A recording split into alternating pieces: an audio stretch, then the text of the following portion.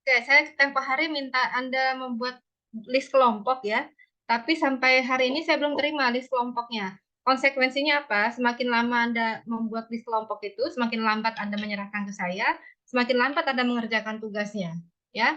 Jadi tolong diselesaikan segera hari ini supaya saya bisa plot kelompok mana itu masuk ke tugas yang mana gitu ya. Anda punya waktu mulai minggu depan sudah harus presentasi tugas, ya. Paham itu semuanya ya. Jadi kita hanya punya 3 kali pertemuan lagi dan itu terpotong oleh libur cuti bersama ya. Awal Mei itu kita sudah masuk tapi sudah efektif 1 kali pertemuan. Barangkali setelah itu kita mulai masuk ke minggu ujian akhir semester.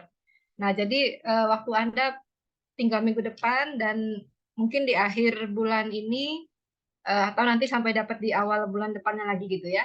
Jadi efektif hanya 2 kali pertemuan lagi begitu. Nah, saya minta Anda segera menyelesaikan list kelompok itu supaya nanti bisa cepat Anda kerjakan gitu ya. Eh, Tolong diperbaiki gitu mekanisme pembelajaran Anda semua ya, karena evaluasi sampai saat ini eh, metode pembelajaran kalian itu masih belum maksimal ya. Jadi sebagian besar tugas dikerjakan seadanya saja gitu ya. Nah, itu nanti diperbaiki harus saya mau lihat di tugas ini Anda punya perbaikan yang signifikan lah gitu ya. Di tugas-tugas lain kelihatannya banyak yang tidak perform gitu ya. Nah, tugas ini nanti kami minta Anda mengerjakan dengan sungguh-sungguh gitu ya, sesuai dengan instruksi yang ada di dalam soal tugasnya. Oke, saya hanya akan menyampaikan materi mengenai pekerjaan galian hari ini dan pekerjaan dinding penahan tanah ya. Setelah itu minggu depan itu jadwalnya sudah masuk pekerjaan pondasi, pekerjaan struktur atas begitu. Tetapi ini kita ganti dengan tadi teknik pembelajaran studi kasus ya. Jadi Anda mencari studi kasus tersendiri, nanti Anda jelaskan bagaimana teknik pelaksanaan konstruksinya dari struktur bawahnya sampai dengan struktur atasnya ya, termasuk peralatan-peralatan dibutuhkan itu apa saja, materialnya apa saja, bagaimana mekanisme pengerjaannya ya.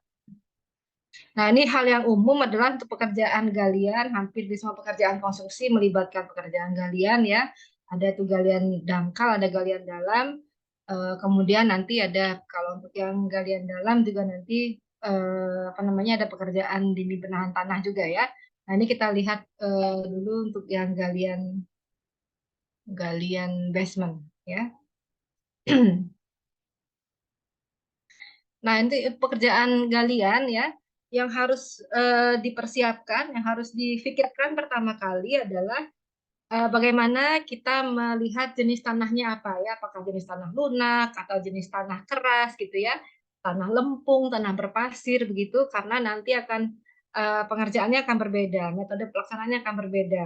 Karena apa? Kita akan mempertimbangkan kalau semakin dalam galiannya pada tanah yang sifatnya eh, tanah berpasir misalnya, tentu teknik stabilitas lerengnya juga akan berbeda. Nah, jadi hal-hal yang harus dipersiapkan, harus difikirkan pertama kali adalah jenis tanahnya apa, ya, kemudian cek stabilitas lerengnya dan juga lokasi galian seperti apa. Ini harus dipertimbangkan pertama kali sebelum melakukan pekerjaan galian, ya. Nah, kemudian kalau sudah akan dimulai pekerjaan galian, nah, biasanya di kita itu kalau untuk basement ya open open cut ya, metode galiannya menggunakan metode open cut begitu. Nah, kalau dengan metode open cut, perhatikan bahwa galian tanah itu tidak bisa dilaksanakan secara sekaligus ya. Ketinggiannya itu tidak bisa langsung, kedalamannya itu tidak bisa langsung mencapai kedalaman yang kita inginkan, tetapi harus dilaksanakan secara bertahap. Artinya proses penggaliannya itu harus dilaksanakan secara bertahap. Nah, untuk proses penggalian bertahap tersebut tentu lokasi galian ya yang sudah mencapai kedalaman tertentu itu biasanya harus diamankan dengan dinding penahan tanah biasanya ya. Nah, kemudian juga proses penggalian juga biasanya membentuk slope ya, ada kemiringan tertentu begitu. Tidak bisa dibuat lurus sesuai dengan eh, rencana penggalian gitu ya, karena akan menyebabkan keruntuhan dari tanah di sekelilingnya. Maka harus membentuk slope, kemudian perhatikan kebutuhan dinding penahan tanahnya. Nah, untuk dinding penahan tanah dalam suatu konstruksi galian dalam ini bisa berupa terutama basement ya, bisa berupa, dinding penahan tanah yang sifatnya temporary atau sementara, atau juga bisa berupa dinding penahan tanah yang sifatnya permanen, ya. Kalau permanen artinya nantinya dinding penahan tanah itu selain berfungsi untuk menahan tanah pada saat proses penggalian, juga akan digunakan sebagai bagian dari, bangunan secara permanen, ya. Jadi dia akan digunakan untuk sebagai elemen dari bangunan nantinya, akan dimanfaatkan kembali sebagai elemen bangunan. Itu disebut sebagai dinding penahan tanah, permanen. Kalau temporary nanti dia akan dibongkar kembali, tidak akan digunakan sebagai bagian dari bangunan, ya, sifatnya hanya sementara. Nah, itu beberapa hal yang harus difikirkan sebelum dimulai pekerjaan, penggaliannya sendiri. Nah, sekarang kita lihat, untuk pekerjaan galian yang, tadi ya, kalau untuk dinding penahan tanah yang sifatnya sementara, biasanya bisa menggunakan sheet pile ya. Nanti kita lihat satu persatu contohnya seperti apa.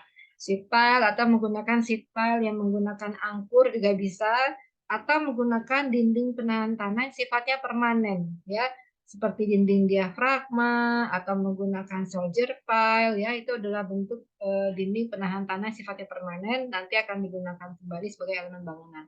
Ini contohnya ya, ini adalah contoh diafragma wall ya, bagaimana, galian dilakukan dalam kedalaman yang sangat, masif begitu ya, eee, kemudian untuk penahan tanahnya ini menggunakan diafragma wall. Nantinya ini akan digunakan sebagai elemen dari, bangunan permanen.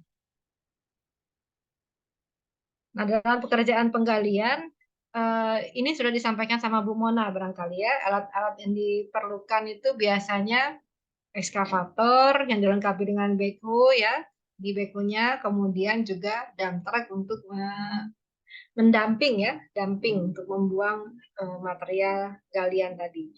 Nah, tentu berapa jumlah dan komposisi alatnya, ini sangat dipengaruhi oleh tadi jenis tanahnya seperti apa ya, lokasi proyeknya ada di mana. Nah, itu semua akan berpengaruh terhadap pemilihan alat berat, jumlahnya, dan juga komposisi alat beratnya. Ini barangkali juga sudah disampaikan sama Bu Mona. Kalau pekerjaan galian menggunakan ekskavator dan juga menggunakan dump truck ya, harus diperhatikan adalah, siklus waktu yang optimal ya. Siklus waktu yang optimal biasanya itu sudutnya ya, 45 derajat atau 90 derajat gitu ya. Jadi dari galian ini kemudian didamping ke dump truck itu dengan sudut 45 derajat, bisa di sini posisinya ya, atau bisa di belakangnya gitu ya. Jadi kalau memungkinkan 45 derajat ya tentu manuvernya akan lebih cepat gitu ya dibanding kalau 90 derajat. Nah, jadi itu mekanisme, damping kemudian, dump truck yang sudah membawa material galian ini juga diusahakan untuk, mendistribusikan material galian itu sedekat mungkin dengan disposal areanya ya. Kalau ada lahan yang perlu tanah timbunan ya barangkali lokasinya harus diatur sedemikian rupa, jalan kerjanya harus diatur sedemikian rupa, dirancang sedemikian rupa sehingga lalu lintasnya ini bisa, optimum mendekati dumping areanya, disposal areanya.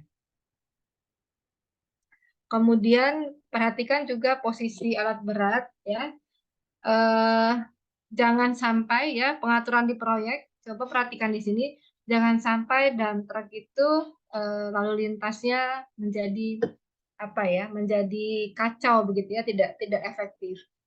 Pengaturan yang baik adalah dump truck ekskavator ini alat galian ini, dia akan terus menggali gitu ya, sementara, pengisiannya di dump truck itu akan dibuat secara berurutan seperti ini, sehingga tidak membutuhkan kalau manuvernya seperti ini, maka akan ada kemungkinan alat ini menjadi idle gitu ya. Apalagi kalau kondisinya lahan ini sangat sempit ya. Manuver dari dump truck ini membutuhkan waktu. Dan dia akan idle gitu, akan diusahakan seoptimal mungkin ini akan bekerja dengan, optimal gitu. Jadi biasanya pengaturannya dibuat seperti ini. Diusahakan pengaturannya di lokasi proyek itu bisa seperti ini ya, jadi berurutan. Jadi si dump truck-nya ini terus, bekerja dengan optimal ya. Ini juga sama ya, kalau ini kan manuvernya ke sini dulu, baru mundur untuk diisi, kemudian baru keluar lagi begitu ya. Nah, ini juga sama ya. dari datang ke lokasi penggalian, kemudian dia mundur, baru akan keluar lagi gitu. Nah, ini tidak optimal. Kalau ada satu dump truck mungkin tidak begitu ribet gitu ya manuvernya. Tapi kalau ada beberapa dump truck, nah ini akan mengganggu kelancaran di proyek. Nah, maka biasanya pengaturannya dibuat seperti ini. Dump trucknya yang menunggu, lebih baik dump truck yang menunggu daripada alat galiannya yang menunggu gitu ya. Jadi dibuat seperti ini pengaturannya.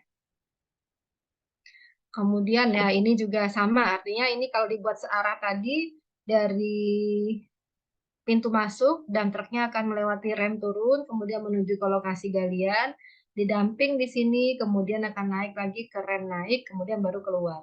Nah, sebelum keluar biasanya di pintu luar, di sebelum ke pintu keluar dari lokasi project itu biasanya dump truk tadi harus dicuci terlebih dahulu ya. Tujuannya adalah untuk menghindari terjadinya hal-hal tidak diinginkan di luar project site, misalnya kejatuhan tanah atau karena bannya ini licin, kemudian nanti pada saat di jalan umum akan itu ya apa namanya material-material sisa tanah tadi akan jatuh di jalan umum sehingga membuat jalan menjadi licin berbahaya bagi pengendara yang lain. Harus dicuci. Kemudian ini juga dump truck ini harusnya ditutup ya. Barangkali Anda yang sering lewat Palembang Indralaya sering melihat ya dump truck yang membawa material itu tidak ditutup. Aturannya nggak boleh seperti itu ya. Aturannya adalah setiap dump truck yang membawa material itu harus ditutup dengan rapat ya. Nah, tapi kenyataannya banyak sekali pemilik apa ya? Ya itulah pemilik truk itu yang tidak menutup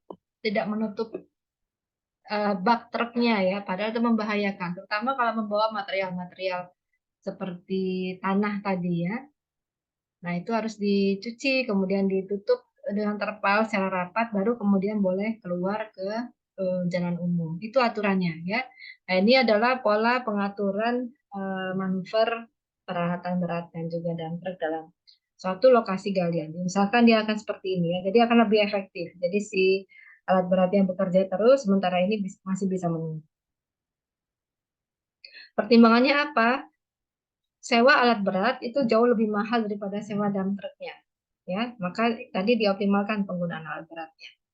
Kemudian diperhatikan juga bahwa jalan kerja ya, jalan kerja itu jalan yang bisa dilalui oleh lalu lintas untuk ini nanti untuk angkutan material-material ini harus eh, didesain sedemikian rupa sehingga itu lalu lintas menjadi efektif ya, menjadi efisien, tidak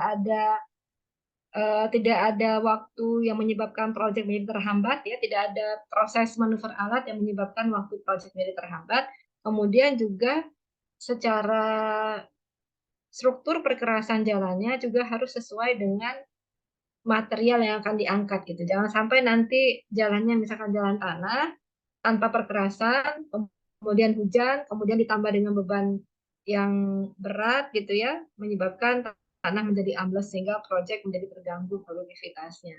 Nah, itu harus diperhatikan. Jadi hal-hal yang sifatnya sepele seperti ini harus sudah dipertimbangkan dalam pekerjaan persiapan, dalam pekerjaan perencanaan di awal gitu ya, sebelum pekerjaan konstruksinya dimulai. Kemudian juga lokasi di sekitar galian juga harus diperhatikan. Jangan sampai kondisi seperti yang di bawah ini ya. Ini sering kali terjadi ya. Sudah jalannya kondisinya seperti ini ya. Kadang-kadang kan membawa beban dari kendaraan dump truck yang seperti ini kan sangat berat. Sehingga kalau ini dilalui berkali-kali di ruas jalan yang dengan perkerasan mungkin perkerasan bukan untuk beban yang berat seperti ini, akibatnya apa? Jalannya menjadi cepat rusak, ya. Perkerasan jalan ini menjadi cepat rusak sehingga mengganggu lalu lintas yang lain. Nah, ini juga tidak harus diperhatikan juga dalam eh, pekerjaan galian ya. Pada saat pekerjaan galian perhatikan bahwa apakah lokasi lalu lintas untuk apa pembuangan tanah galian itu memungkinkan untuk dilewati gitu ya. Kemudian juga kondisi perkerasannya seperti apa. Nah, ini hal praktek yang tidak baik gitu. Ini harusnya ditutup sehingga tidak mengganggu orang yang lalu lintas umumnya gitu ya. Nah, jadi perhatikan kalau ada debu, lumpur dan lain sebagainya. Oke. Nah, ini metode pekerjaan galian. Tadi sudah saya singgung sedikit di depan. Jadi pekerjaan galian yang menggunakan alat berat yang disertai dengan backhoe ya. Backhoe itu yang alat untuk menggalinya ya. Kemudian setelah digali itu langsung didamping, langsung dipindahkan ke dalam dump truck ya. Kemudian juga perhatikan tinggi galian tadinya. Tadi galian dilakukan secara bertahap, tidak bisa langsung mencapai kedalaman yang diinginkan. Nah, biasanya kalau sudah mencapai misalkan kedalamannya 3 meter, maka biasanya dibuat galian itu bertahap. 1 meter pertama, kemudian akan diproteksi gitu ya. Kemudian lagi lanjut ke galian tahap kedua, 1 meter kedua, itu juga akan diproteksi kembali. Kemudian baru sampai kepada elevasi yang diinginkan. Jadi tidak bisa langsung sekaligus penggalian itu sampai 3 meter. Karena akan terjadi keruntuhan tanah di sekitarnya yang bisa justru mengganggu efektivitas pekerjaan ya. Nah, ini contohnya pekerjaan dilakukan secara bertahap. Oke, kemudian seringkali pekerjaan galian itu menemui buka air tanah gitu ya di bawah di dalam tanah itu biasanya ada air tanahnya. Seringkali pekerjaan galian ini menemui kendala seperti ini. Nah, caranya adalah kalau pekerjaan galian itu menemui air tanah ya, maka harus dilakukan dulu pekerjaan di watering. Apa itu pekerjaan di watering? Pekerjaan di watering adalah proses mengeluarkan air muka tanah dari dalam lokasi galian. Caranya macam-macam, nanti kita lihat ya. Jadi nanti proses dewatering ini dilakukan bisa menggunakan secara terbuka atau bisa dilakukan menggunakan pipa sumur sumur dalam begitu ya, menggunakan sumur bor. Nah, ini seringkali ditemukan. Selain ditemukan pada proses penggalian, proses dewatering juga banyak pasti akan ditemukan dalam proses seperti ini, pekerjaan yang berada di memang di permukaan air gitu ya, seperti di sungai untuk proses pembuatan jembatan dan lain sebagainya ya, untuk konstruksi jembatan dan lain sebagainya. Nah, ini pasti akan membutuhkan proses dewatering. Ini kalau pekerjaan galiannya dilakukan di tanah, tetapi banyak banyak permukaan air di dalamnya gitu ya, banyak air di dalam tanahnya. Kalau ini memang berada di sungai atau di lautan ya, jadi semacam membendung, kemudian nanti proses pembuangan air ini disebut dengan dewatering. Sama ini juga proses pembuangan air di dalam tanah ini disebut juga dengan dewatering ya. Nah, ini contoh metode dewatering.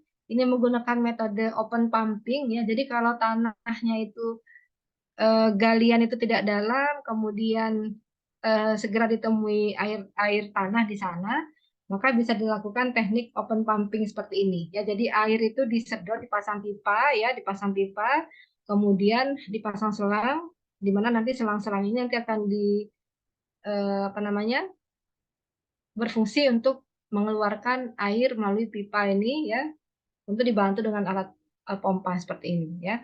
Jadi nanti air di sini nanti akan dibuang.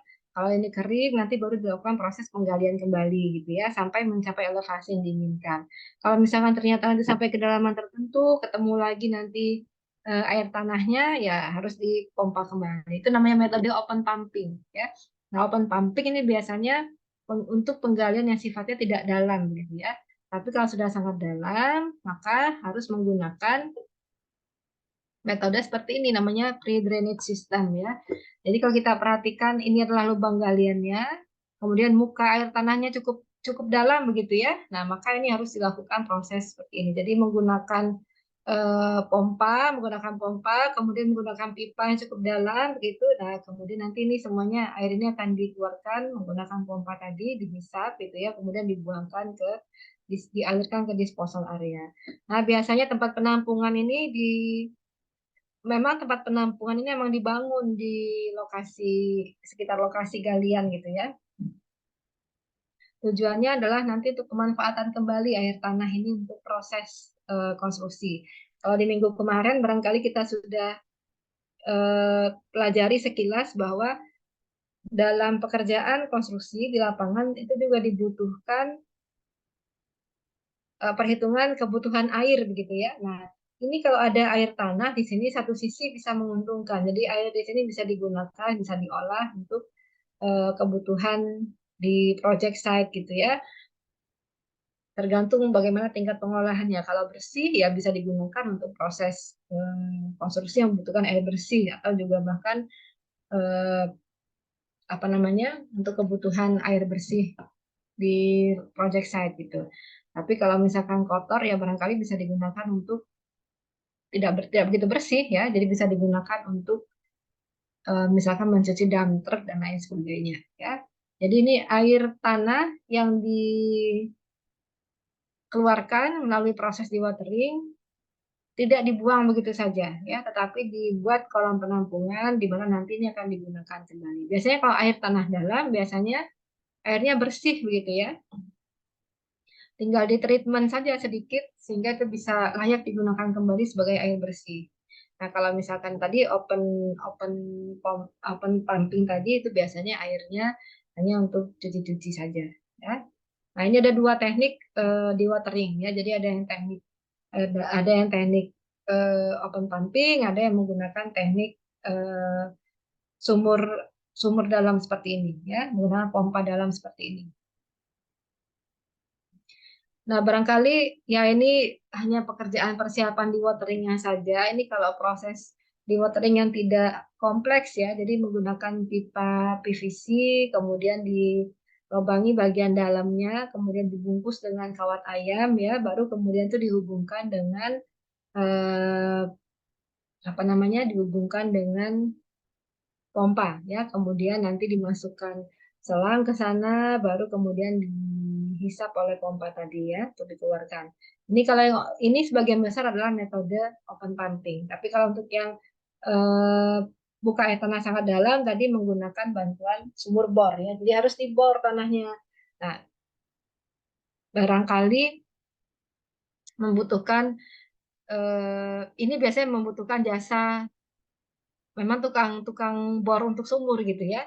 Mereka sudah terbiasa begitu, kemudian dimasukkan pipa-pipa yang panjang, nanti tinggal disedot saja pakai pompa. Nah, ini metode sumur dalamnya ya.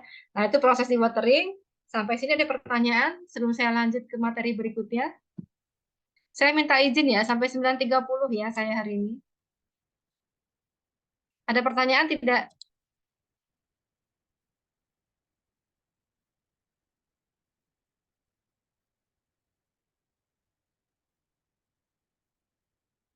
Tidak ada pertanyaan. Kalau begitu saya coba tanya.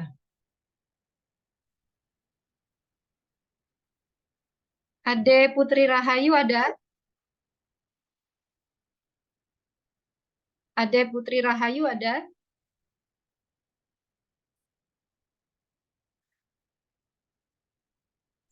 Ade Putri Rahayu tidak ada? Ada, Bu. Ada. Oke. Ade, bagaimana tahapan dari eh, proses penggalian untuk basement? Bisa nggak ada ceritakan kembali?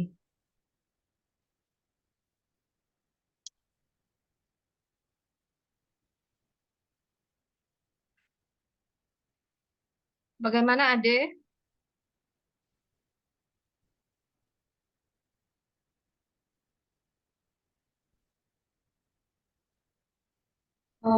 Pertama tuh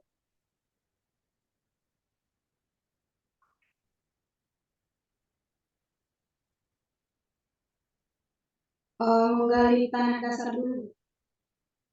Oke, kemudian Kemudian dilakukan dewatering. lalu Setelah itu pemasangan fondasi. kalau proses galiannya sendiri bagaimana? Oh, kalau ditanya mulai banyak yang izin ke toilet ya. Kenapa tadi, Bu? Kalau proses penggaliannya sendiri bagaimana prosesnya sebelum pekerjaan pondasi? Apa yang harus dipersiapkan, dipertimbangkan pertama kali itu apa, Ade? Em, Kedalamannya, Bu. Kemudian alat-alat untuk penggaliannya juga. Oke. Coba dilengkapi lagi ya, diperbaiki sedikit lagi ya. Oke, Kalau Bu. Cinta Diah Greselda ada? Ada, Bu. Oke, Cinta, menurut Anda bagaimana proses pekerjaan galian basement? Kira-kira tahapannya seperti apa?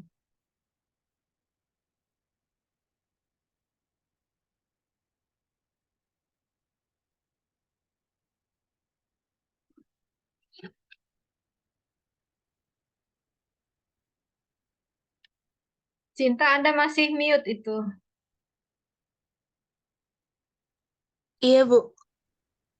Oke, silakan Cinta, jelaskan bagaimana tahapan dari pekerjaan galian basement. Itu awalnya persiapan, Bu. Terus pembersihan lahan, penggalian. Proses penggaliannya seperti apa? Dengan menggunakan alat berat seperti ekskavator, backhoe, atau bulldozer, Bu. Jadi tanah yang digali diangkut ke tempat yang ditentukan. Oke, katakan penggaliannya 3 meter misalnya ya. Bagaimana tahapannya? Katakan kedalaman galiannya 3 meter. Bagaimana tahapannya?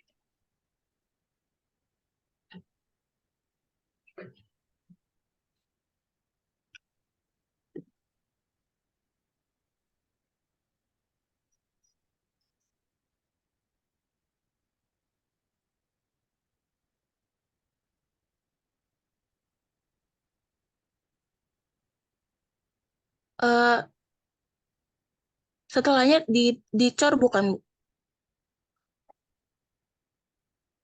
Ya, pekerjaan galiannya bagaimana? Kita belum bicara pekerjaan pondasi, belum bicara pekerjaan pengecoran ya. Kita bicara pekerjaan galian saja dulu, galian tanah saja dulu.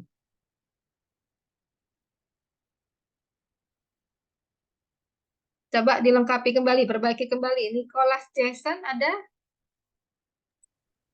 Baik, Ada Bu. Oke, Jason gimana? Kamu Nicholas atau Jason panggilnya? bebas Bu. Jason boleh nih kalau boleh Bu. Oke, Jason gimana? Misalnya kita mau membuat pekerjaan, misalnya gini ya, Anda jadi kontraktor, diminta owner untuk mengerjakan galian sedalam 3 meter. Apa yang Anda tawarkan kepada owner tadi? Untuk mengerjakan metodenya seperti apa yang Anda tawarkan kepada owner? Eh, galian galian tahap satu ya Bu. Eh, pakai backhoe. Materialnya dimasukkan ke dump truck Bu. Habis itu lanjut ke tahap duanya Bu. Eh, hasil yang dari penggalian tahap satu tadi diproteksi dari irisan air hujan Bu. Pakai plastik sheet. Oke, Eh, setelah itu dilanjutkan penggaliannya sampai elevasi rencana. Lalu hasil galiannya dibuang ke lokasi pembuangan. oke. Ya, terima kasih Jason.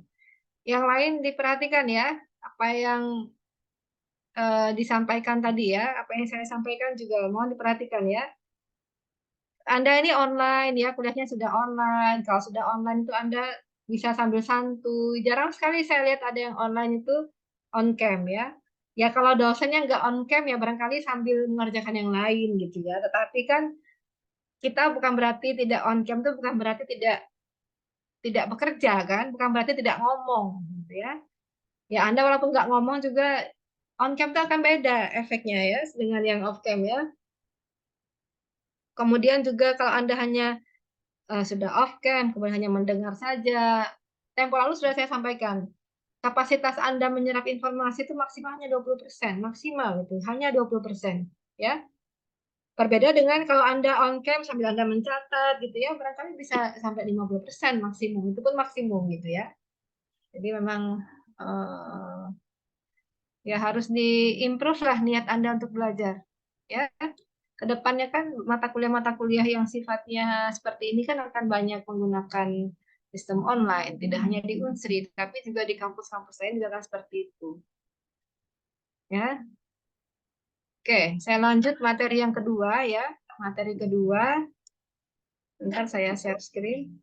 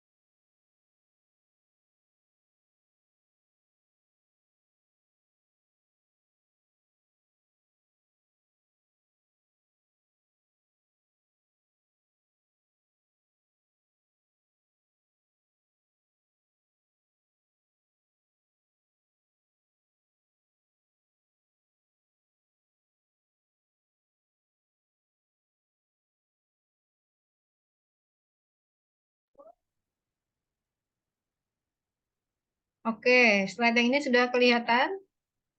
Sudah, Bu. Ya. Oke, kita lanjutkan dengan yang berikutnya adalah metode pelaksanaan konstruksi untuk dinding penahan tanah. Nah, dinding penahan tanah ini memang digunakan pada pekerjaan-pekerjaan galian tanah, ya. Ada macam-macam dinding penahan tanah, tergantung dengan kondisi tanahnya seperti apa, ya. Fungsi dari dinding penahan tanah pada intinya adalah untuk menahan tekanan tanah secara lateral, ya, dan juga menahan air, ya, sehingga mencegah terjadinya landslide dan juga seepage atau rembesan air, ya. Jadi fungsi dari DPT adalah menahan tanah dan juga menahan rembesan air. Ya, jadi ada dua itu fungsinya. Jadi saya katakan di awal bahwa DPT atau dinding penahan tanah ini bisa digunakan dalam konstruksi yang berada di bawah tanah atau konstruksi yang berada di permukaan perairan, ya. Nah, itu fungsi utamanya. Kemudian bentuknya sendiri bermacam-macam, ya. Nanti kita lihat bentuknya macam-macam ada apa saja. Nah, ini penggunaan DPT-nya bisa di tebing, bisa untuk di timbunan gitu ya, basement dan seterusnya. Nah, ini jenisnya. Ada yang berupa gabion atau keronjong ya, kemudian sampai dengan yang makin ke bawah semakin kompleks ya, pekerjaannya semakin kompleks. Semakin dia berupa diafragma wall, soldier pile, itu dia semakin kompleks proses konstruksinya. Yang di atas itu adalah bentuk dinding penahan tanah yang sederhana ya. Nah, kita lihat dulu yang gabion atau yang bronjong ya. Bronjong ini barangkali seringkali ditemukan di lokasi lereng-lereng seperti ini ya, misalkan di jalan, kemudian jalan ini berada di daerah pegunungan. Nah, biasanya tanah-tanah di lereng pegunungan ini ditahan oleh DPT dalam bentuk peronjong seperti ini ya. Jadi konstruksinya ini adalah mungkin lebih jelas gambar yang di bawah ya. Jadi ada agregat kasar yang berupa batu belah gitu ya, batu pecahan. Kemudian itu disatukan dalam kawat-kawat, disatukan ya dalam suatu blok-blok yang diikat dengan menggunakan kawat logam galvanis ya. Kemudian itu akan disusun sedemikian rupa sehingga nanti dia punya daya dukung yang kuat ya. Jadi ini bisa menahan tanah di lereng yang sifatnya seperti ini. Nah, ini namanya bronjong. Ini mungkin banyak sekali ditemukan di daerah-daerah pegunungan, di pinggir-pinggir jalan, atau untuk mengatasi nih seepage dari aliran air seperti ini. Ya, nah ini juga bisa menggunakan bronjong. Ini konstruksinya sederhana, tentu juga daya dukungnya juga terbatas, gitu ya. Nah, yang agak lebih kuat dari bronjong adalah blok konkrit. Nah, blok konkrit ini merupakan material precast biasanya ya, dibuat dari beton berupa modular-modular blok beton begitu, di mana masing-masing blok ini punya elemen untuk pengunci antar elemennya gitu ya. Ada pengunci antar elemennya sehingga dia kalau disusun ini dia menjadi lebih kuat dan konstruksinya menjadi lebih stabil. Nah, ini dia ada pengunci antar bloknya. Nah, ini biasa digunakan di abutmen jembatan gitu ya. Ini banyak digunakan karena pertimbangannya selain cepat pengerjaannya, kemudian juga konstruksinya juga cukup kuat begitu ya. Nah, biasanya ini tidak dipasang langsung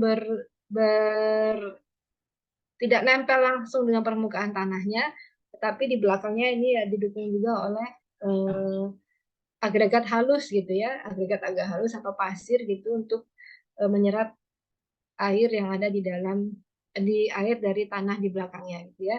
Nah, ini biasa digunakan digunakan pada abutmen jembatan ya. Nah, kalau dinding penahan tanah menggunakan blok konkrit ini membutuhkan rangkaian yang cukup tinggi ya, rangkaian yang cukup banyak, maka biasanya di sini ada pengakunya di sini ya. Nah, pengakunya ini biasanya mencapai kedalaman tertentu dari tanah ya. Jadi pada ketinggian tertentu tergantung dari perhitungan strukturnya ya. Pada ketinggian tertentu dia akan membutuhkan tieback seperti ini. Ini juga gitu ya. Jadi tergantung dari ketinggiannya dan juga bagaimana kondisi tanah di sini. Nah, ini disebut dengan blok konkrit. Nah, bisa juga seperti ini contohnya ya. Ini juga dinding penahan tanah tapi ini lebih sederhana. Ya.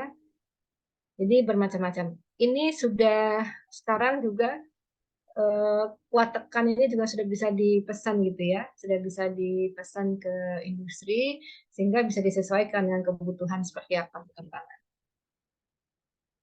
Nah, ada lagi disebut dengan retaining wall. Tipenya itu ada cantilever wall, ada juga gravity wall. Nah, ini adalah bentuk konstruksi beton bertulang ya. Perbedaannya adalah fungsinya sama ya, menahan tanah di belakangnya, tetapi beda pada daya dukungnya.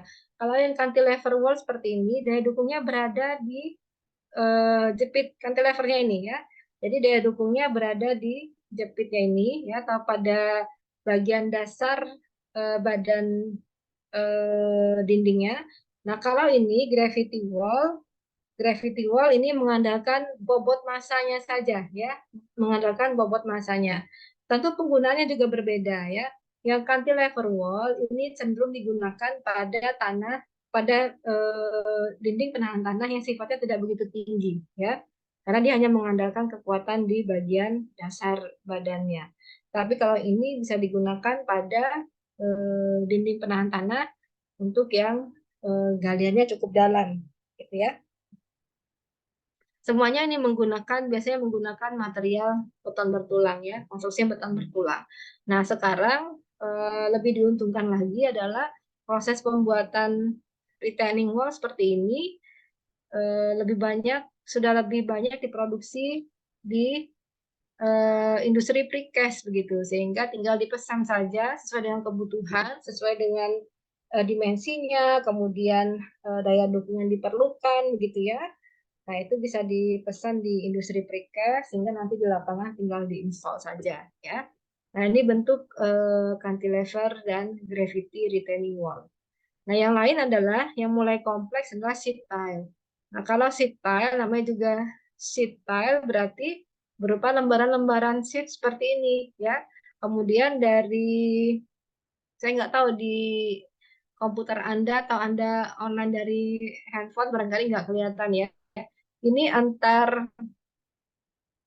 sheet ini ada connectingnya ya, ada konektornya gitu, ada penguncinya seperti ini. Nah, jadi nanti seed pile ini akan ditanamkan melalui proses lebih daripada proses pemancangan, begitu ya, dipancangkan sampai dengan kedalaman yang ditentukan. Kemudian nanti baru dilakukan proses penggalian ya di sekitar area yang telah dipasangi seed pile ini ya. Jadi nanti bentuknya nanti kan seperti ini, kemudian kawasan di sini yang akan digali begitu ya. Dan nanti barangkali jadinya itu nanti bisa-bisa seperti ini contohnya, seperti yang digambar di sebelah kanan ya. Nanti bisa jadi seperti ini kondisinya ya. Jadi di bawah ini adalah hasil galiannya ya. Nah, tentu ini juga seed pile kalau sudah dalam gitu ya, galiannya sudah cukup dalam, maka pada kedalaman tertentu itu harus ada pengakunya, harus ada bracingnya seperti ini. Tidak hanya bracing yang horizontal begini, tapi juga membutuhkan bracing yang vertikal ya. Nah, ini contoh dari konstruksi seed pile. Nah, seed pile ini biasa diproses, dipasang melalui proses pemancangan. Kalau tadi seed pile-nya berupa lembaran-lembaran baja, ya. Nah, ada juga seed pile yang berasal dari, yang materialnya itu berupa beton seperti ini, ya. Beton bertulang seperti ini. Nah, seed pile seperti ini harus diangkur, pemasangannya harus diangkur, ya. Kalau tadi membutuhkan bracing ya horizontal vertikal untuk yang dari lembaran baja, kalau ini harus diangkur seperti ini ya. Nah, ini juga sama, proses pemasangannya adalah seperti proses pemancangan gitu ya. Pemancangan kemudian apa namanya? Setelah dipasang kemudian harus diangkur ya supaya tidak jadi keruntuhan. Jadi seed pile bermacam-macam bentuknya ya, bisa lembaran baja, bisa juga dari beton trikai seperti ini. Nah, ini adalah beberapa alat, kemudian juga bahannya sendiri untuk konstruksi seed pile.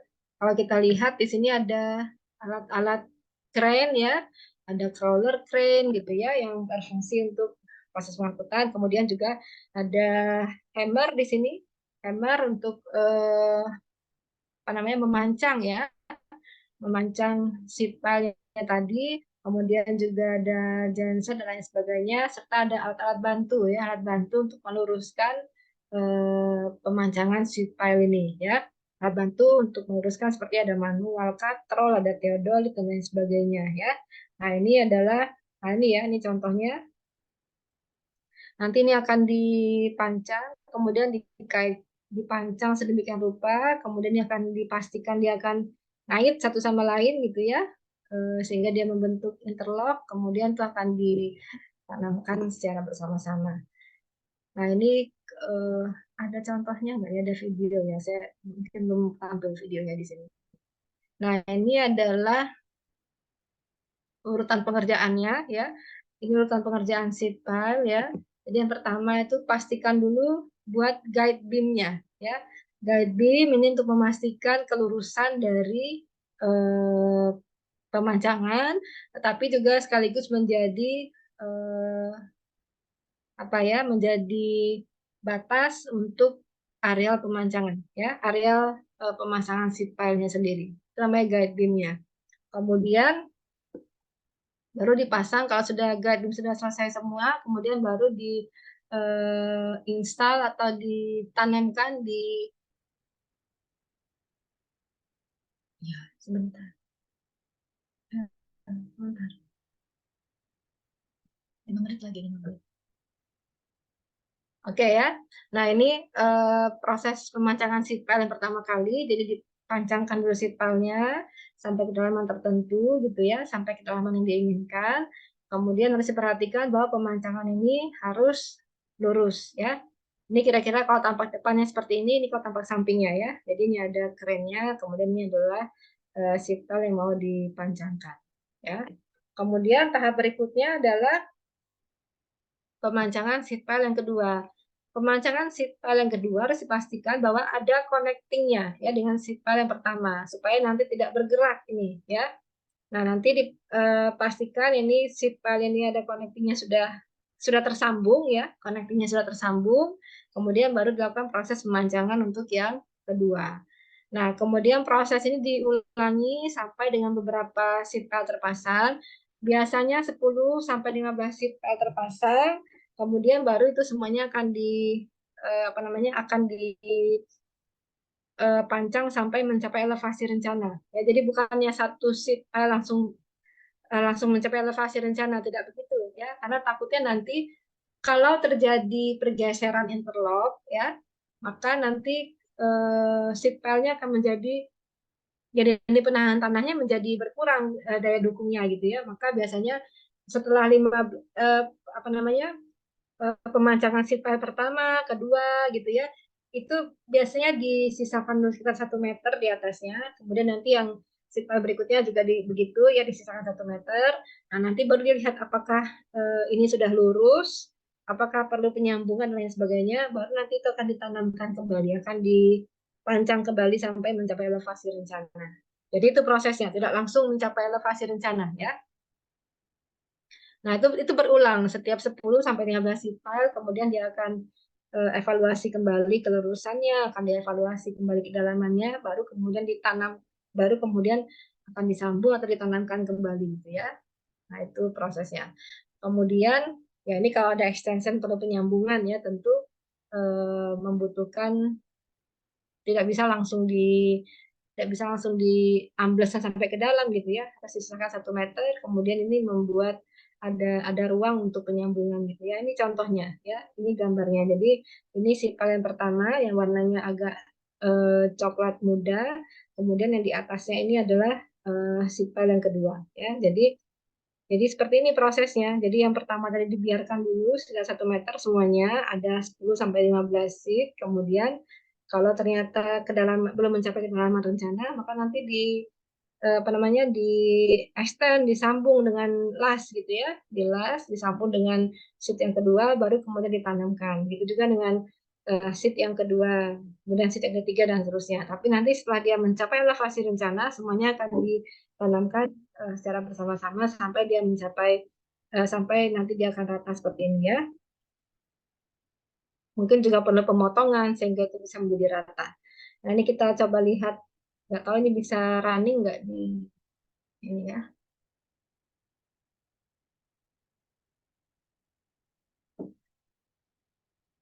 Kita lihat bagaimana proses pekerjaan konstruksi seat pile ya, supaya Anda dapat sense ya.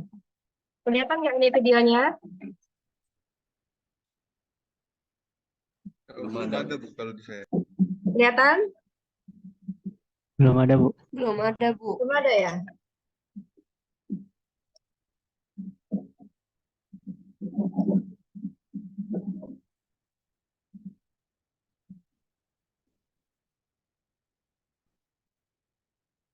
Ini sudah kelihatan?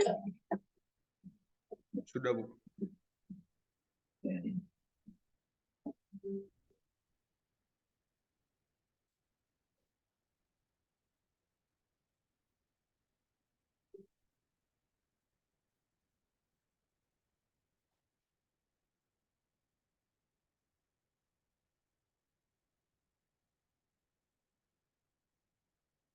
Nah, itu lembaran sheet file-nya ya.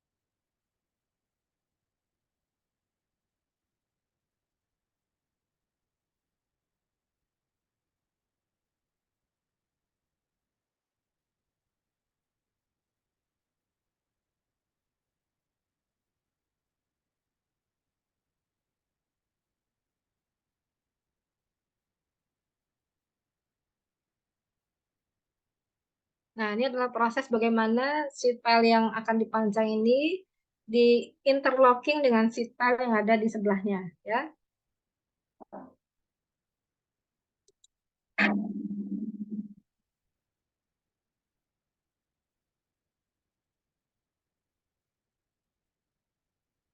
Ini untuk memastikan kelurusan dari pemancangan, ya.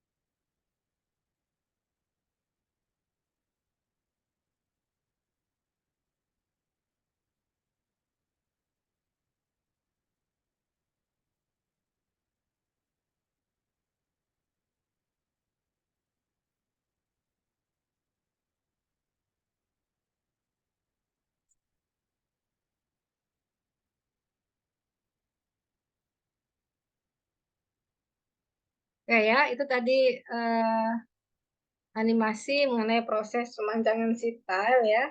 Jadi menggunakan alat berat, kemudian juga pemasangan seat pile-nya itu baru satu seat pile-nya ya. Jadi kalau kita lihat tadi semuanya kelihatannya baru dibuat rata untuk satu seat pile dulu. Kemudian nanti dia mungkin itu belum mencapai tanah keras gitu ya. Kalau nanti sudah mau mencapai tanah keras, kalau misalkan perlu disambung, maka nanti akan disambung sampai dia mencapai tanah keras. Oke. Saya kembali ke slide tadi. Sudah kelihatan lagi nih slide-nya? Sudah, Bu. Oke. Nah, itu adalah konstruksi sheet pile ya. Tadi yang saya tampilkan animasinya adalah kalau dia berupa lembaran baja. Nah, tapi sheet pile juga bisa berupa material tadi precast dari beton bertulang ya. Jadi nanti proses pemancangannya hampir sama ya. Sama proses pemancangannya menggunakan antara yang lembaran baja dengan beton bertulang. Jadi mirip-mirip lah seperti pekerjaan pemancangan begitu ya. Intinya adalah pekerjaan pemancangan. Oke.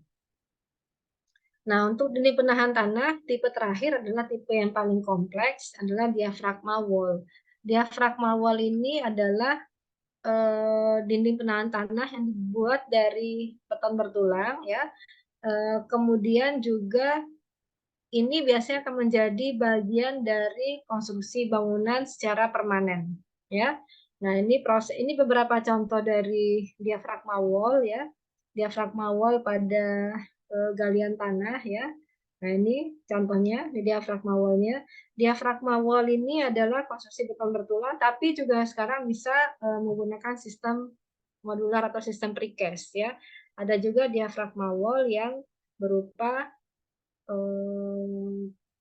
materialnya itu adalah material precast. Nah, diafragma wall ini berfungsi sebagai dinding penahan tanah, tapi juga bisa digunakan juga dalam proses dewatering, terutama untuk pekerjaan-pekerjaan di permukaan air ya. Nah, diafragma wall juga bisa dikombinasikan dengan sistem angkur ya untuk memperkuat lagi supaya nanti daya dukung tanahnya menjadi lebih kuat lagi ya. Ini contohnya, contoh diafragma wall-nya ya. Jadi supaya Anda punya bayangan, oh diafragma wall itu bentuknya seperti ini. Jadi beda dengan yang tadi ya, berbeda dengan jenis-jenis dinding penahan tanah yang sebelumnya tadi. Nah, ini adalah beberapa peralatan yang digunakan untuk konstruksi diafragma wall ya. Ada beberapa crane ya. Crane-nya juga macam-macam, ada yang berupa ada yang crawler crane, ada yang clamshell ya. Ini yang clamshell seperti ini. Kemudian juga ada service crane ya untuk membantu pengangkutan, distribusi dan lain sebagainya. Kemudian juga ada alat berat untuk produksi bentonite. Jadi bentonite itu adalah semacam apa namanya? Jadi dia berupa material bentuknya itu seperti ini ya, seperti semen PC lah begitu. Nanti akan dicampur dengan air, nah dia akan membentuk akan mengeras seperti PC tapi tidak sekeras PC gitu ya.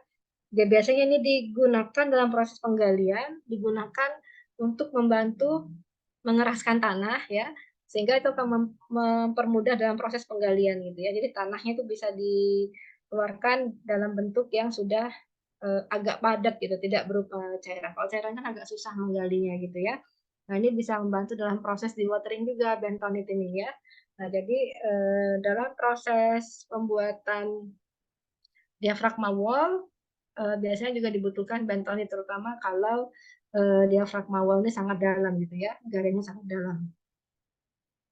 Kemudian juga ada alat-alat untuk membantu proses dewatering gitu ya. Kemudian juga ada alat-alat seperti dump truck, genset dan lain sebagainya.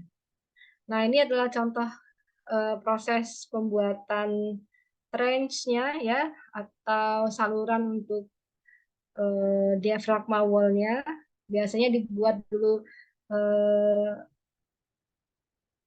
semacam guide beam-nya begitu, kemudian itu baru digali menggunakan clamshell seperti ini. Jadi kalau tanahnya sangat banyak mengandung air di sini, maka harus dicampur dengan bentonit sehingga ini bisa clamshell ini bisa mengeluarkan tanah tadi dengan cepat gitu ya. Kemudian ini gambaran lainnya adalah, nah ini ya ini alat-alat yang diperlukan ya, alat-alat beratnya ya. Ini proses pembuatan guide beam-nya ya. Jadi ini nanti digali dulu, nanti sisa-sisa tanah di sini ini akan dibuat guide beam seperti ini ya, menggunakan alat ini. Kemudian nanti material di dalam trench ini akan digali menggunakan clamshell ya. Kemudian baru nanti dicampur bentonit, digali, dikeluarkan, kemudian baru dimasukkan pembesiannya di sini ya. Ini pembesiannya, pemasangan pembesiannya, kira-kira nanti dia akan membentuk konstruksi beton bertulang di dalam sini ya. Ini akan menjadi dinding diafragma wall ya. Jadi nanti akan dilakukan proses ini di sepanjang diafragma wall yang didesain. Ini adalah proses konstruksi yang kompleks ya. Jadi diafragma wall ini proses konstruksi yang kompleks. Biasanya digunakan juga pertimbangan penggunaan diafragma wall ini adalah kalau proyek itu berada di lokasi yang memang sudah banyak bangunan di sekitarnya, sehingga juga diafragma wall ini juga berfungsi sebagai mencegah keruntuhan tanah di sekitar bangunan-bangunan existing gitu ya. Kemudian ya ini proses pencampuran bentonitnya ya, pencampuran bentonit, kemudian nanti akan mempermudah proses clamshell-nya mengeluarkan material galian dari sini. Nah, ini adalah proses pengecoran tadi galiannya tadi ya, sudah dimasukkan pembesian, kemudian dilakukan proses pengecoran menggunakan pipa tremi. Jadi pipa tremi ini adalah pipa yang digunakan untuk membantu proses pengecoran.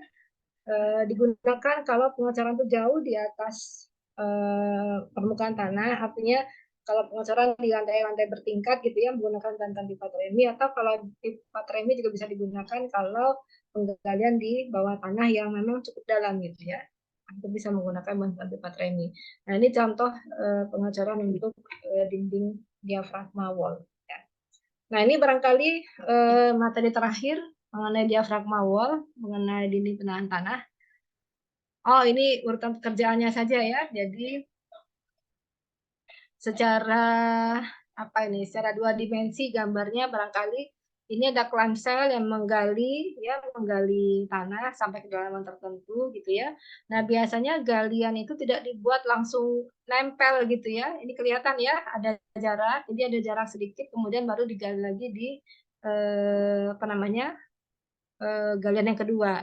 Nah, galian ketiga baru dilakukan di jarak ini tadi, di sela-sela ini tadi. Tujuannya adalah untuk membersihkan bahwa galian di sini betul-betul bersih dari material-material ya. Sehingga nanti dia akan membentuk galian yang memang siap untuk diinstal pembersihan dan lain sebagainya.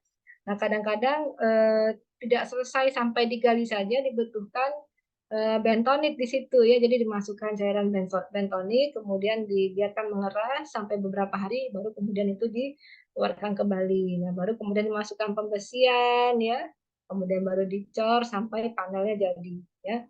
Nah, kalau sudah satu panel jadi, kemudian lanjut lagi ke proses yang berikutnya sama dengan ini ya, proses 1, 2, 3, 4 ini ya, mengulang kembali sampai nanti dia mencapai panjang diafragma wall yang diinginkan. Jadi prosesnya seperti itu. Nah, ini yang terakhir adalah diafragma wall. Oh, satu lagi masih ada soldier pile ya. Soldier pile ini adalah salah satu juga konstruksi dinding penahan tanah ya. Selain soldier pile juga bisa menjadi pondasi ya, tapi kita bicara di sini adalah soldier pile sebagai dinding penahan tanah. Konstruksinya nanti akan beda dengan kalau fungsinya sebagai pondasi. Kalau dia sebagai dinding penahan tanah, maka soldier pile ini harus dikombinasikan. Ini soldier pile ya, yang ada pembesiannya. Ini pembesiannya ya. Kemudian ini adalah soft pile yang berupa bentonit pile ya. Nah, ini kalau dia sebagai dinding penahan tanah, soldier pile ini akan dibuat apa namanya itu bersebelahan lah ya dengan soft pile dari bentonite pile tadi. Jadi bukan dibuat betul-betul berdampingan hard pile semua ya. Nah, ini fungsinya sebagai dinding penahan tanah. Konstruksi soldier pile ya pada dasarnya sama dengan proses pemancangan biasa begitu ya. Kita masukkan casing ya. Tentu setelah dibuat dulu guide wall-nya ya, guide wall untuk pemancangannya. Kemudian kita masukkan casing ya. Dari casing itu nanti kemudian dikeluarkan material-material tanahnya, galiannya dikeluarkan.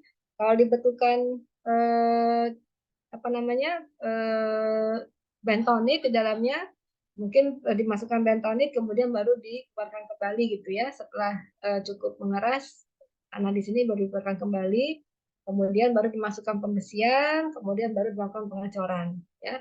Nah itu metode konstruksi untuk soldier pile ya. Nah soldier pile ini bisa dibuat sesuai dengan kedalaman yang diinginkan gitu ya. Jadi mau berapapun kedalamannya, soldier pile ini punya keunggulan dibanding dengan sheet pile sheet pile yang tadi ya, yang berupa lembaran atau berupa beton precast. Karena kalau pemancangan yang dilakukan dari sambungan, biasanya itu akan ada potensi dia akan membentuk miring berupa kipas gitu ya. Tapi kalau soldier pile dia punya kelebihan adalah dia akan lurus seperti apa yang di casingnya bentuk gitu ya. Jadi kalau casingnya membentuk sampai kedalaman sekian meter ya akan lurus terus gitu, tidak ada kecenderungan untuk miring berupa kipas gitu. Nah, konstruksi soldier pile ini biasanya dibuat berdampingan dengan bentonite pile supaya dia nanti bisa membentuk dinding penahan tanah ya. Nah, biasanya dilakukan pertama kali adalah melakukan pengeboran untuk bentonite pile-nya ya. Bentonite pile biasanya ukurannya lebih kecil daripada concrete pile-nya, daripada soldier pile-nya ya. Nah, kalau sudah dilakukan pengeboran, kemudian material dikeluarkan, kemudian dicor bentonite pile-nya. Nah, bedanya di sini, bentonite pile di sini digunakan sebagai elemen yang permanen, ya, bukan dikeluarkan seperti pada diafragma wall tadi. Kalau diafragma wall tujuannya adalah menggunakan perkerasan beton bertulang semuanya, ya. Tapi kalau untuk soldier pile dia menggunakan bantuan bentonit, di mana bentonitnya ini akan menjadi bagian dari bangunan secara permanen, ya. Nah, kemudian biasanya bentonit pile ini mengeras di umur 3 hari, biasanya sudah cukup baik kekuatannya. Nah, baru nanti dilakukan pengeboran untuk concrete pile-nya, soldier pile-nya ya. Nah, jadi nanti soldier pile-nya ini soldier pile yang besar-besar ini ya akan apa namanya akan dipasang casing, dibor di bersebelahan dengan tiang bentonit yang sudah ada. Nah, nanti dia akan bentonitnya akan semakin mengeras ya. Kemudian juga ini juga nanti akan dicor sehingga membentuk struktur beton bertulang yang kuat. Nah, kombinasi antara concrete board pile dengan bentonite pile, nah ini akan membentuk dinding penahan tanah yang juga kuat ya. Nah, itu konstruksi dari soldier pile. Sampai sini ada pertanyaan? Ini animasinya saja ya, prosesnya. Nanti silakan dilihat. Ada pertanyaan sampai sini? Izin bertanya, Bu. Ya, silakan. Siapa? Rio ya? Iya, Bu. Nah, untuk dinding penahan tanah ini kan ada yang masih tidak menggunakan precast seperti contohnya itu sheet pile itu kan ada yang tidak precast, Bu. Nah, itu kapan kita pakai yang biasa, kapan kita pakai yang precast ya, Bu? Yang biasa sama yang precast maksudnya apa? Yang sheet pile kan juga. Kalau saya lihat tadi kan sheet pile ada yang seperti kayak lembaran besi, Bu. Ada yang precast beton bertulang, Bu. Itu bedanya penggunaannya gimana, Bu?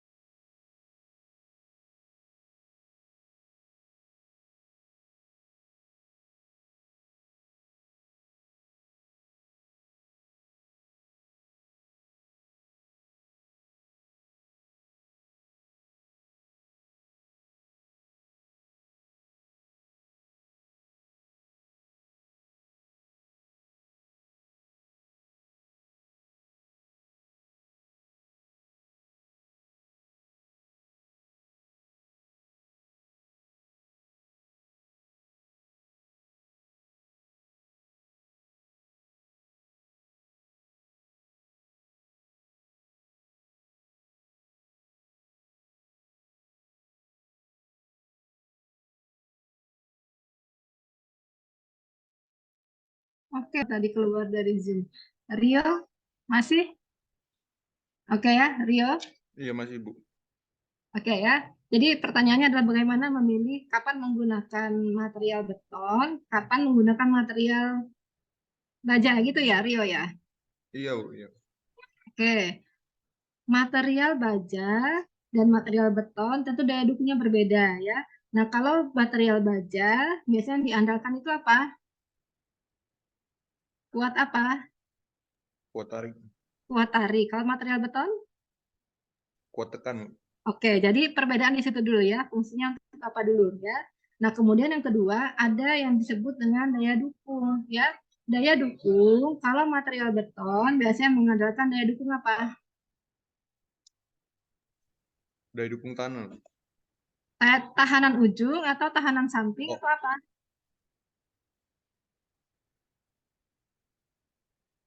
Biasanya material pancang dari beton itu mengandalkan tahanan ujung ya. iya Bu. Tahanan sampingnya tidak begitu signifikan gitu ya. Tetapi kalau yang untuk material baja biasanya memiliki apa namanya tahanan samping juga cukup bagus begitu. Nah, jadi semua tergantung, tidak ada rumusan baku. Kalau kondisi tanah seperti ini harus menggunakan material jenis ini. Tidak ada rumus baku seperti itu ya. Jadi ya konstruksi itu ya semuanya tergantung dari logika gitu ya, tergantung dari pengalaman gitu. Ini tidak ada aturan bakunya, Rio ya. Mau kapan menggunakan eh, tadi material beton ya tergantung dari desainnya. Mau daya dukung apa yang ditonjolkan, yang dibutuhkan di lapangan. Itu ya, Rio ya. Oke baik Bu. Jadi yang saya tangkap itu kalau misalnya pakai yang material yang lebih murah saja kuat, pakai yang itu aja. Kalau misalnya nggak kuat, baru pakai yang lebih kuat, misalnya seperti precast gitu ya Bu. Iya, pasti yang namanya konstruksi itu kan eh, apa trade off-nya kan dengan waktu dan biaya gitu ya. Oh, oke Bu. Rekonstruksi itu kan trade off-nya waktu dan biaya ya. Kalau semua juga kita juga pasti berpikir kalau bisa ya biayanya optimal gitu ya. Oke. Ya. Jadi tidak ada rumusan bakunya ya, mau seperti apa. Tergantung kondisi di lapangan seperti apa, tergantung perencanaan seperti apa. Itu ya Rio. Jadi memang Ya kalau Bu. kita bekerja sebagai kontraktor, itu tantangannya adalah bagaimana menerjemahkan keinginan dari owner, keinginan dari desainer gitu ya, dari konsultan perencana. Bagaimana merealisasikan kehendak mereka itu di lapangan, itu tantangan ya. Termasuk apa tadi salah satunya yang memilih material yang mana yang mau digunakan, material mana yang tepat gitu ya.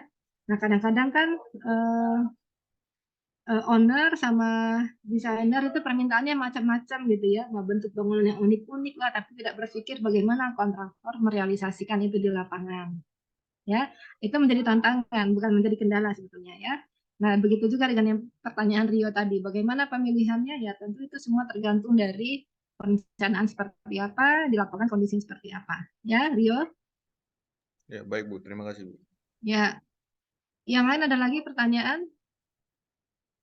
Jangan lupa hari ini saya tunggu list kelompoknya ya. Kirim ke saya secepatnya supaya saya bisa distribusikan tugasnya ke kalian. Ya. Oke, saya mohon izin ya, kuliah kita hari ini sampai di sini dulu ya. Sudah jam 10, saya jadi tunggu rapat lagi. Saya izin lift dulu ya. Terima kasih atas waktunya. Kalau ada pertanyaan silakan disampaikan langsung ke saya via WA atau email ya. Terima kasih. Saya tutup sesi untuk hari ini. Selamat pagi. Assalamualaikum warahmatullahi wabarakatuh.